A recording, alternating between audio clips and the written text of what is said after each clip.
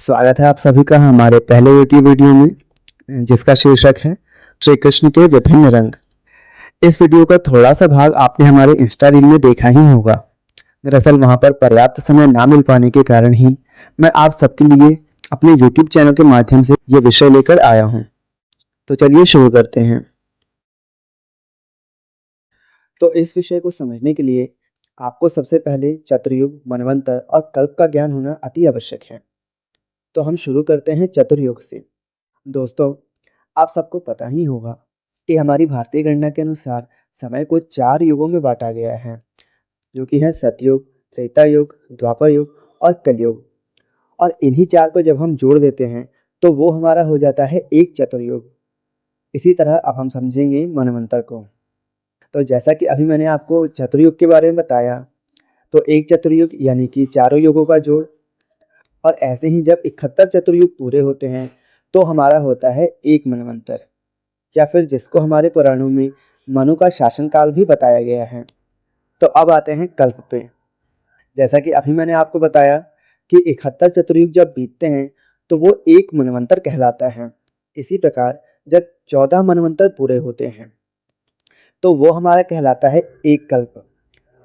और आपको जानकर आश्चर्य होगा कि यही कल्प ब्रह्मा जी का एक दिन कहलाता है। तो चतुर्युग, मनवंतर और कल्प के विषय में तो हमने समझ लिया। अब आते हैं अपने आज के मुख्य विषय पर।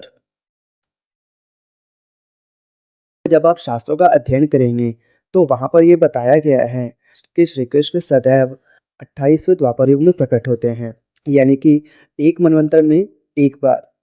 तो एक कल्प में 14 बार श्री कृष्ण इस धरती पर प्रकट होते हैं और अपनी लीलाएं करते हैं। यही कारण है कि आपको अलग अलग पुराणों की कहानियों में भिन्नता देखने को मिलती है, क्योंकि हमारे सारे पुराण किसी एक कल्प के नहीं अपितु अलग अलग कल्प की घटनाओं को दर्शाते हैं। जैसे मैं आपको एक उदाहरण देता हूँ। प्रहलाद महाराज का चरित्र तो आप सबको पता ही होगा। तो विष्णु पुराण के अनुसार जब नरसिंह अवतार होता है उसके बाद प्रहलाद महाराज उनको शांत करते हैं। और वही जब आप शिव पुराण को पढ़ेंगे तो वहाँ पर नरसिंह भगवान प्रहलाद महाराज से भी शांत नहीं होते।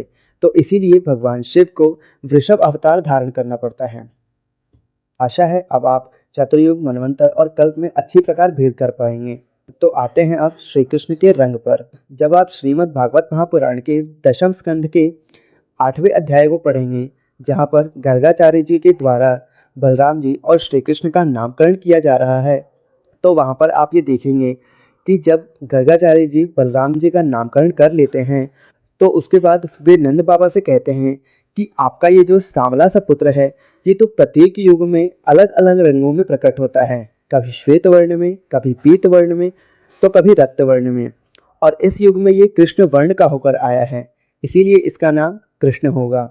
दोस्तों, मैं आपको बता दूं कि कृष्ण के दो अर्थ होते हैं। एक तो है कृष्ण वर्ण यानी कि सांवला रंग, और दूसरा है सबको आकर्षित करने वाला। आशा है आपको वीडियो में दी हुई जानकारी पसंद आई होगी। तो मिलते हैं आपसे अगली बार एक ऐसे ही विषय के साथ। तब तक के लिए हरे कृष्ण।